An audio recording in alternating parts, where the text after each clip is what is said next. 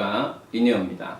이번 영상에서는 자본주의가 가지고 있는 시장관, 사회관에 대해서 설명을 드리겠습니다. 여러분들은 토론 프로그램에서 시장은 시장의 원리로, 경제는 경제 원리로 맡겨놔야지 왜 정치가 개입하느냐, 이런 말을 들어본 적이 있으시죠? 그러면 이 말은 도대체 맞는 말인가? 또 이게 무슨 말인가? 또 왜 자본주의 경제학자들은 시장은 시장 논리에 맡겨야 된다고 하는가에 대해서 설명을 드리겠습니다. 자본주의 경제학자들은 시장을 인간의 본성이라고 생각합니다. 인간의 본성, 즉 타고 태어나면서부터 가지고 태어난 본성의 결과가 시장이라는 거죠. 그럼 또 이건 또 무슨 말인가? 지금 예를 들겠습니다. 여러분들은 인간은 정신적으로, 육체적으로 유한합니다. 예를 들어서 농사를 짓는다고 생각을 해보면 농기구가 필요합니다. 낫도 필요하고 호미도 필요하겠죠. 또 중간중간에 식사나 참을 먹어야 되는 일도 생깁니다. 그런데 한 인간이 농사도 짓고 사과 농사도 짓고 쌀 농사도 짓고 또 농기구도 자기가 다 사서 또 탈곡도 하고 또 시장에 내다 팔고 라는 것을 혼자 하는 것은 불가능하다는 겁니다. 인간은 애초부터 이 신체적 정신적으로 유한하기 때문에 자기가 필요한 것을 자기가 전부 다 할 수는 없다고 봅니다.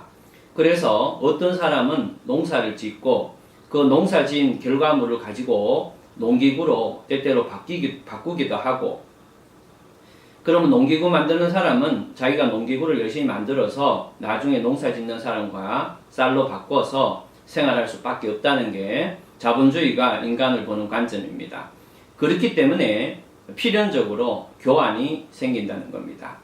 자본주의에서 이 교환이 생기는 장소를 시장이라 합니다.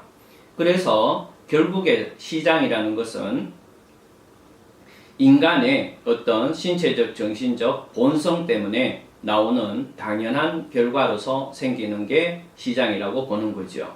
그러면 인간의 본성에서 당연히 나온다면 그 고유의 원리가 있다는 겁니다. 그래서 자본주의자들은 이 시장은 인간의 본성 때문에 생기고 그렇기 때문에 고유한 원리를 갖고 있고, 그래서 그 고유한 원리에 대해서 다른 게 관여하게 되면 원리가 깨지기 때문에, 그래서 시장은 시장의 원리대로 맡겨둬야 된다라는 것이 경제학에서 보는, 자본주의에서 보는 시장관입니다.